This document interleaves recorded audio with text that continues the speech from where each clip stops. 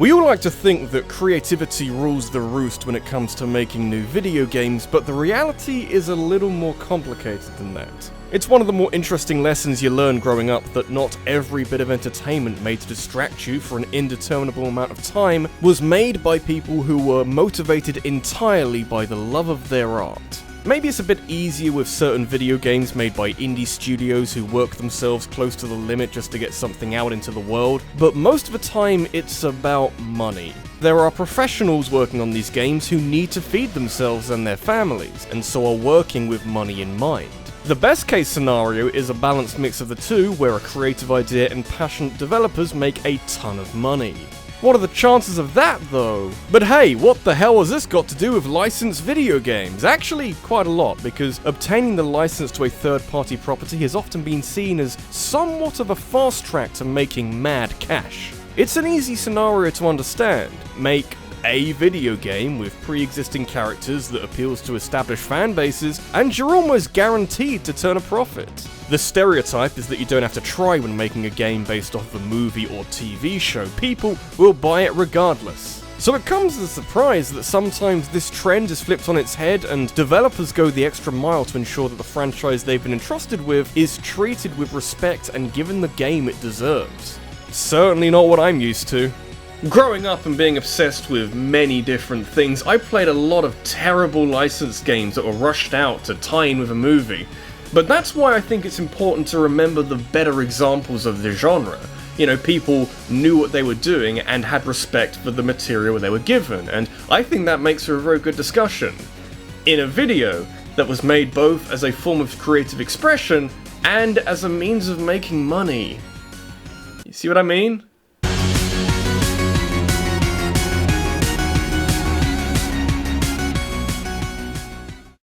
RPG Maker is proof that anyone can make a video game. Even better, this self-explanatory tool that allows the user to build their own RPG is perhaps proof that the RPG genre has enough hardened conventions and traits that it almost becomes a form of paint by numbers. There's a danger that RPGs tend to blend together with all of their turn-based combat and special attacks and overworld exploration, and so you start looking for the more unique features, like South Park style jokes and South Park style graphics.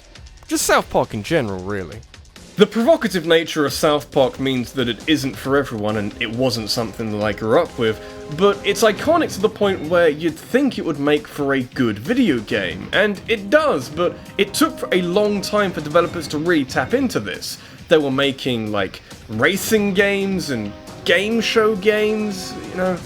It's kind of wasting everybody's time. And that's why a South Park RPG is such a good fit. You've got the character of the TV show spread across a large world for you to explore with dozens of hours of in-jokes, and thematically appropriate humor to help separate a game like The Stick of Truth from other RPGs. Even better, in making a successful transition to video games, South Park The Stick of Truth gives itself a new platform to make satirical parodies of the RPG genre and video games in general, which has been seen before, but not like this.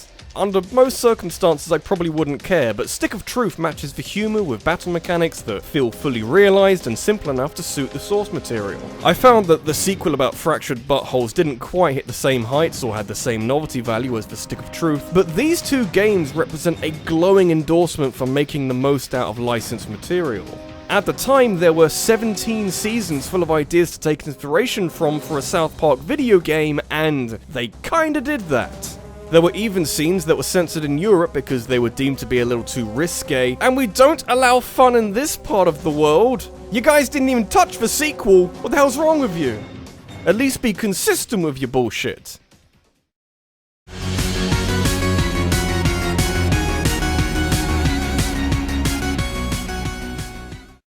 If the generally accepted rule is that licensed video games have a high chance of being shit, then the rule that is practically set in stone is that movie tie-ins are almost always gonna be shit. It's probably because I'm not looking as hard, but I don't see as many of these types of games out there on the market, which could be an indication that studios have learned their lessons, or maybe I'm just not paying close enough attention. It's not a complete lost cause though, because it was under this set of circumstances that Call of Duty developer Treyarch gave the world the Spider-Man 2 video game all the way back in 2004. This was before they were showing that they didn't know how Roman numerals work. What you have here is a game that tells the story of the pretty incredible film, with many of the same plot beats and themes, but with a greater deal of immersion that comes from the pressing of buttons affecting the on-screen action. It's like a movie, but I'm involved. Also, Mysterio's here too for some reason. I'm not really sure why. He didn't take part in any of the Spider-Man trilogy, but he seems to be having a lot of fun. Do you want to break it to him? The faithfulness, or lack of, for creative liberties to the original story is all well and good, but what elevates the Spider-Man 2 video game is the way in which it handles exploring the world that's been laid out before you. It's such a simple concept, especially for a Spider-Man game, but being able to freely web swing around New York fills me with that gooey sense of self-satisfaction that very few other games are able to replicate with their overworld traversal. You know, you look at Far Cry or Skyrim or any open world game, I'm just gonna walk around for hours, that's really boring. Here you can forgo playing through the story and instead explore the city to your heart's content, which is at least half of what makes Spider-Man a fun, relatable protagonist. The amount of freedom you get from being able to climb buildings and having this much control over your movement is absolutely incredible, and surprisingly not something that every major Spider-Man game has tapped into. Mind you, as you're no doubt aware, we're due to get another more modern take on this idea when Insomniac's version releases in a few months' time. Some would say that I should have waited until September, but I wouldn't want Spider-Man 2 to be buried.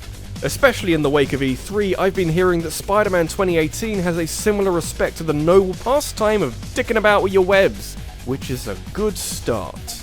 It's a pretty decent yardstick to use.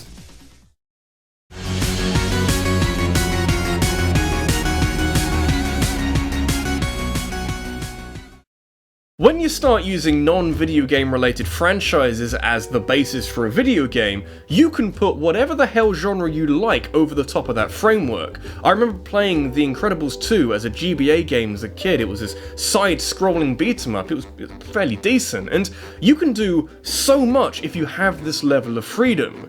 If you want to make a Spongebob game as a 3D collectathon platformer Banjo-Kazooie type thing, I can think of many people who would be pretty pleased by that. I would have been happy with an M-rated Spongebob first-person shooter, but I guess this works as well. A licensed game that is made some time after the property's peak of popularity goes some way to ensure that the game is being made for the right reasons. But if you can match relevancy with genuine quality, then you're on the right path. Spongebob was certainly approaching its heyday when Battle for Bikini Bottom was released in 2004 on many different consoles, and in many different versions. The PC game was a point-and-click adventure, and the GBA got a 2D platformer, but the home consoles of the time were blessed with a surprisingly solid 3D platformer a few years after Rare and Nintendo had revolutionized the genre. A cynical mind would think that the developers and the now-defunct publishers THQ were cashing in on two fronts simultaneously, and there was every chance of that. But people actually put work into this. Because you can't just take notes from Banjo-Kazooie and not fill your game with an equally large amount of stuff to collect and do. With a lot of licensed games being short affairs that distract you for a few hours, it comes as a surprise that Battle for Bikini Bottom has 13 large worlds for you to navigate and hundreds of important collectibles to pick up on the way. You can roam around each stage and always find something to do and SpongeBob characters to cherish for their accurate portrayals. The whole game ends up feeling like an elongated episode of SpongeBob, with very nicely animated cutscenes telling a story of a robot army that you have to stop, and really the humour is what ties it all together. If you blur your eyes enough, it might look like a clone of Rare's finest, not that that's a bad thing, but so much more has been added to this template to create a faithful, hilarious SpongeBob game. The only problem here is that, from what I can remember of 2004, this was the golden age of shitty cash-in license games, with Heavy Iron Studios, who also helped out with South Park: The Stick of Truth, not really getting the same memo as other developers. There's more than one way of setting hideously unrealistic expectations.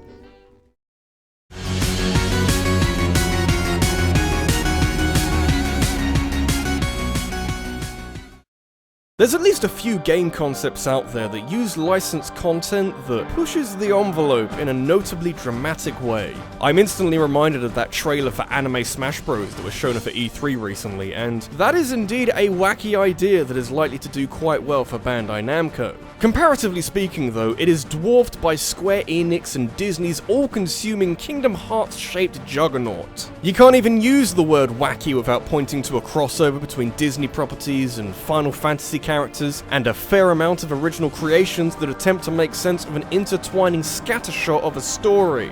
Now that's what I call wacky. I would have loved to have heard the pitch for Kingdom Hearts. So what we're going to do is we're going to take two very different properties and smash them together at high speed and see what we end up with. We're going to scoop up the remains and make that into a video game. Now, of course, this resulted in some very strange combinations. I remember that Kingdom Hearts game where they had a card-based battle system or something. That was a bit weird. But when it worked so well. If the existence of a new Spider-Man game on the horizon is an indication that this video is being made a little early, then perhaps Kingdom Hearts 3 taking a tangible form and finally having a release date is maybe a sign that this video will be accurate for 6 months at best. I'd prefer to work with what I've got in this moment, and currently Kingdom Hearts is fairly consistent for quality. Chain of Memories is a bit weird with the card-based combat, and 358 Days Over 2 is very slow and has a weird name, but I'd say that Kingdom Hearts 2 is the most consistently good game of the lot. Squeenix trimmed some of the fat from the first game while also sharpening up the voice acting and world design, and really this goes to show that the original Kingdom Hearts wasn't just lightning in a bottle. Kinda feels like this franchise was getting into its stride around this time and showed that Kingdom Hearts could branch out a little. And it's certainly done that. I'd like to catch up with all of this before the third game comes out, but that is looking like a daunting prospect. There's the 3DS game and the 2.8 game, and is the mobile game called X? Is that important as well? It looks like a lot of work.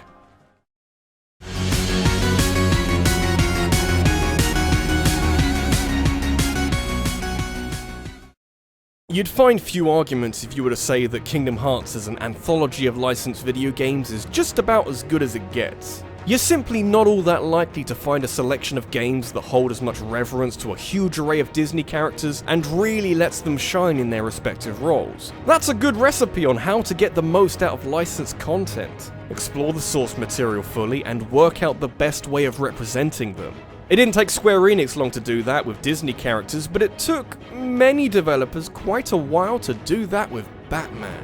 Not to say that older Batman games are bad, but they struggle to utilize the best features of the character, and instead use him as an avatar for whatever game they want to make at the time. You gotta play to his strengths, and the man likes darkness and stealth and beating up clowns. Rocksteady showed the world what can be done with Batman in 2009 with the excellent Batman Arkham Asylum, that went a long way towards immersing the player in a claustrophobic setting full of crazy bad guys. Combat was great, the story did what it needed to do for most of the game, but there wasn't quite as much exploration as I would have liked. The confines of the asylum work well for the themes of the game, but I want freedom, man! To spread my wings and see the world! Even if it does hate me. It's hard for me to say that Arkham City is significantly better than Arkham Asylum since they represent a near-perfect example of each kind of game. What I keep coming back to when comparing the two is the freedom you get in Arkham City in the form of exploring the vast world that has been laid out in front of you. Making the switch to an open world could have come across as a desperate attempt to convince onlookers that the sequel is bigger and therefore better, but it really helps bring other themes into the mix. You feel more like an overseer, an ethereal force that drives out crime and leaves without a trace. Which is A, kind of what Batman is, and B, really fucking cool. Throw in a story that asks Batman even more difficult questions than the last game, and refined combat for both the stealth and less stealthy sections, and you got something special on your hands. And what are Rocksteady doing these days? Not a lot, they weren't even at E3 this year. I wonder if Sega would let them make a Sonic game. This is RabbidLuigi, and I find that when the second game in a trilogy is so incredibly good that it sets standards and does wonderful things for everybody, the third game in the trilogy feels kind of lost and doesn't really need to be there. Arkham Knight is a pretty good game, but it doesn't really add anything to an existing great game like Arkham City did. That's kind of the stance you want to take with sequels. Like, we've done a great thing, but can we do more?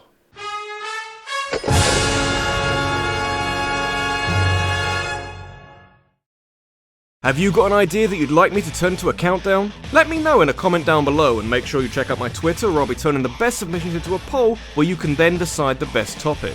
Thanks for watching, and I'll see you in the next one.